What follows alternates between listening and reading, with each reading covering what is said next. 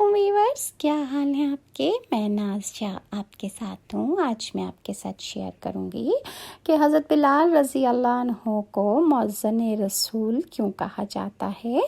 عاشق رسول، مؤذن رسول حضرت بلال رضی اللہ عنہ کو صحابی رسول بعد میں مگر عاشق رسول پہلے کہا جاتا ہے، اس لیے کہ حضرت بلال رضی اللہ عنہ نے آقائے کائنات محمد صلی اللہ علیہ وآلہ وسلم کی ظاہری وصال کے بعد اذان پکارنا بند کر دیا تھا، کیونکہ جب حضرت بلال رضی اللہ عنہ اذان پکارتے ہوئے اشہد ان لا الہ الا اللہ محمد رسول اللہ تک پہنچتے تو حضور صلی اللہ علیہ وآلہ وسلم کی یاد میں ہچکیاں بن جاتی اور آپ زاروں قطار رونے لگتے تھے۔ اثار و قوت کا ایسا جذبہ اتنا طاقتور تھا کہ رہتی دنیا آپ کی محبت کی مثال دیتی رہے گی۔ آپ کا نام بلال ابن رباح تھا۔ آپ کی پیدائش 580 عیسوی میں ہوئی۔ آپ کے والد کا نام رباح اور والدہ کا نام حمامہ تھا۔ حضرت بلال رضی اللہ عنہ ظاہری شکل و صورت میں ایک سیاہ فام حبشی تھے اور تاہم آپ کا دل آئینہ کی طرح صاف اور شفاف تھا۔ کہا جاتا ہے کہ حضرت بلال نے اس وقت اسلام قبول کیا جب مذہب اسلام کو صرف 7 لوگوں نے قبول کیا تھا۔ حضرت بلال رضی اللہ سے ایک دفعہ کسی نے پوچھا کہ بلال، آپ نے حضور صلی اللہ علیہ وآلہ وسلم کو کیسے دیکھا؟ حضرت بلال رضی اللہ نے فرمایا کہ میں مکہ کے لوگوں کو بہت کم جانتا تھا، کیونکہ میں تو غلام تھا اور عرب کے غلاموں کے ساتھ جانوروں سے زیادہ بدتر سلوک کیا جاتا تھا، تو مجھے کو بھی اتنا وقت ہی نہ ملا کہ باہر نکل کر لوگوں سے ملوں، تاکہ مجھے حضور صلی اللہ علیہ وآلہ وسلم یا اسلام یا اس طرح کی کسی چیز کا کوئی قطعی علم نہیں تھا۔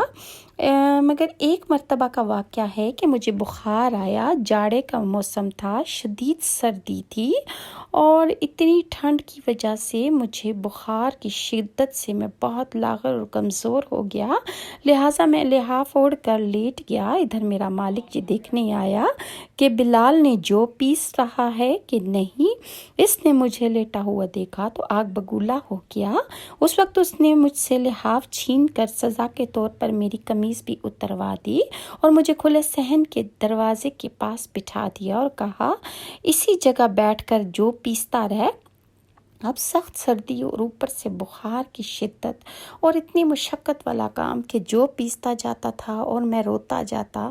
کچھ ہی دیر بعد دروازے میں دستک ہوئی تو میں نے اندر آنے کی اجازت دی تو میں نے کیا دیکھا کہ ایک نہایت ہی خوبصورت اور پرنور چہرے والا شخص اندر داخل ہوا اور مجھ سے پوچھا کہ جوان روتے کیوں ہو؟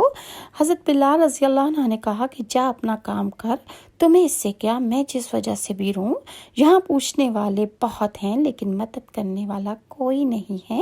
اللہ کے پیارے رسول صلی اللہ علیہ وآلہ وسلم یہ سن کر چلے گئے۔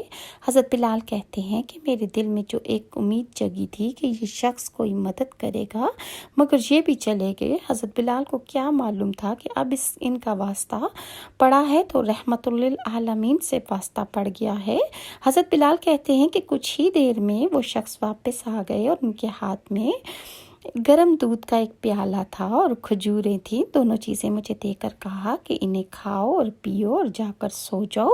تو میں نے فوراً کہا کہ یہ کام کون کرے گا، اور اگر جو نہ پیسا تو میرا مالک مجھے بہت مارے گا۔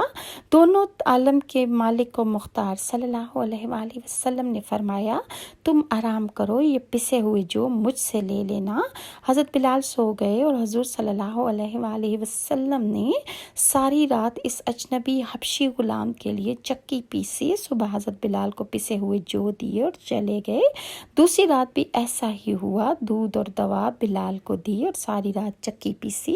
ایسا 3 راتیں مسلسل ہوتا رہا اور رسول اللہ صلی اللہ علیہ وآلہ وسلم کا کریمانہ رویہ جو تھا اور اس سے حضرت بلال کے دل پر بہت اثر ہوا، اور جو حضرت بلال رضی اللہ عنہ پر مصائب جو توڑے جا رہے تھے، تپتی ہوئی ریت پر انہیں جلتے ہوئے سنگریزوں اور دہکتے ہوئے انگاروں پر آپ کو لٹایا گیا۔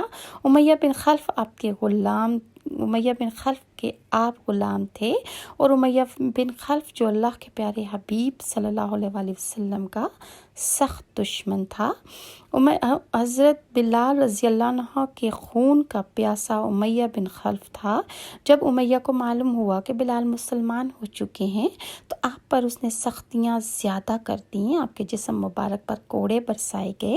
جب آپ کی پیٹھ زخمی ہو جاتی تو وادی مکہ کی گرم گرم ریت پر آپ کو لٹا کر گرم پتھر آپ کی چھاتی پر رکھ دیا جاتا، جس کی وجہ سے آپ کی زبان منہ سے باہر نکل آتی۔ امیہ نے آپ کو ہر طرح سے تکلیف دی۔ مکہ کے شریر بچے آپ کی گردن میں رسی ڈال کر آپ کو پہاڑیوں میں گھسیٹتے پھرتے تھے اور گردن پر رسی کا نشان نمایاں ہو جاتا۔ ہمارے صحابہ کرام نے دین کی خاطر کتنی اذیتیں برداشت کیں اور نہ جانے کتنی قربانیاں دیں، اس کے باوجود حضرت بلال کی زبان پر احد احد کا نعرہ ہوتا اور حضرت ابو بکر صدیق نے آپ کو اتنی اذیتوں میں دیکھا تو آپ کو انہوں نے خرید کر آزاد کر دیا۔ ایک حدیث میں ہے کہ جنت حضرت بلال رضی اللہ عنہ کا انتظار کرتی ہے۔ ایک مرتبہ فجر کی نماز کے بعد اللہ کے پیارے حبیب سرکار دو عالم نور مجسم صلی اللہ علیہ وآلہ وسلم نے حضرت بلال سے پوچھا کہ بلال تم ایسا کیا کرتے ہو کہ رات کو جب میں جنت میں داخل ہوا تو میں نے اپنے آگے تمہارے قدموں کی آواز سنی۔ تو حضرت بلال رضی اللہ عنہ فرماتے ہیں کہ یا رسول اللہ، جب بھی میرا وضو ٹوٹتا ہے تو میں فوراً وضو کر کے 2 رکعت نماز ادا کرتا ہوں۔ کون نہیں چاہتا تھا کہ مؤذن رسول صلی اللہ علیہ وآلہ وسلم کا منصب اسے نصیب ہو، لیکن یہ مقام حضرت بلال رضی اللہ عنہ کے حصے میں آیا۔ آپ فتح مکہ کو یاد کریں کہ ایک طرف بڑے بڑے مراتب والے صحابہ کرام موجود تھے اور دوسری طرف خانہ کعبہ تھا جو ساری دنیا کے لیے محترم، مگر نبی کریم صلی اللہ علیہ وآلہ وسلم نے اذان دینے کے لیے مکہ کی چھت پر بلایا تو کسی اور کو نہیں بلکہ حضرت بلال رضی اللہ عنہ کو بلایا۔ یہ مقام اور مرتبہ اللہ تعالیٰ نے حضرت بلال کے لیے ہی رکھا تھا۔ حضور صلی اللہ علیہ وآلہ وسلم کے وصال کے بعد حضرت بلال رضی اللہ عنہ مدینہ کی گلیوں میں یہ کہتے پھرتے تھے کہ اے لوگو، کیا تم نے رسول اللہ صلی اللہ علیہ وآلہ وسلم کو کہیں دیکھا ہے تو مجھے بھی دکھا دو۔ حضرت بلال رضی اللہ عنہ کہتے تھے کہ اب میرا مدینہ میں رہنا دشوار ہو گیا ہے۔ آپ نے مدینہ منورہ کو حضور صلی اللہ علیہ وسلم کی وفات کے بعد چھوڑ دیا اور آپ ملک شام کے شہر دمشق کے حلب چلے گئے۔ 6 ماہ کے بعد ایک شب اللہ کے پیارے رسول صلی اللہ علیہ وآلہ وسلم کو خواب میں حضرت بلال نے دیکھا اور اب حضور صلی اللہ علیہ وسلم نے فرمایا کہ اے بلال، یہ کیسی بے رخی ہے، کیسی بے وفائی ہے، کیا مجھ سے ملاقات نہیں کرو گے؟ کیا ہماری ملاقات کا وقت نہیں آیا؟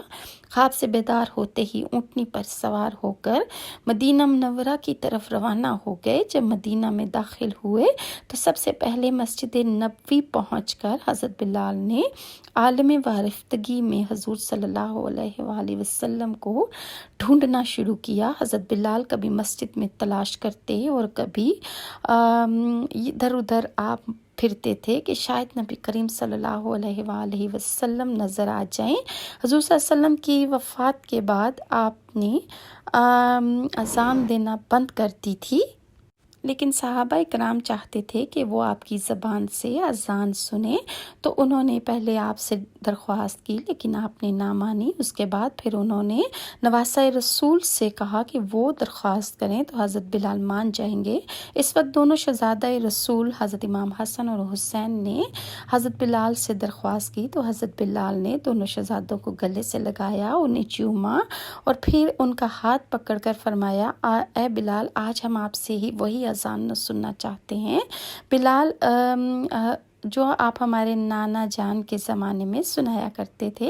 اب حضرت بلال انکار نہ کر سکے، لہٰذا اسی مقام پر کھڑے ہو کے اذان دی جہاں سے سرکار دو عالم صلی اللہ علیہ وآلہ وسلم کی زندگی میں دیا کرتے تھے۔ جب حضرت بلال رضی اللہ عنہ نے بآواز بلند اللہ اکبر کہا، مدینہ منورہ گونج اٹھا۔ آپ جیسے جیسے آگے بڑھتے گئے جذبات میں اضافہ ہوتا چلا گیا۔ جب اشہد ان لا الہ الا اللہ پر پہنچے سے جذبات میں مزید اضافہ ہو گیا، لیکن حضرت بلال رضی اللہ عنہ کو محمد رسول اللہ پر جب پہنچے تو وہ جگہ جس جگہ محبوب خدا رضی اللہ عنہ صلی اللہ علیہ وآلہ وسلم جلوہ افروز ہوتے تھے، وہ جگہ خالی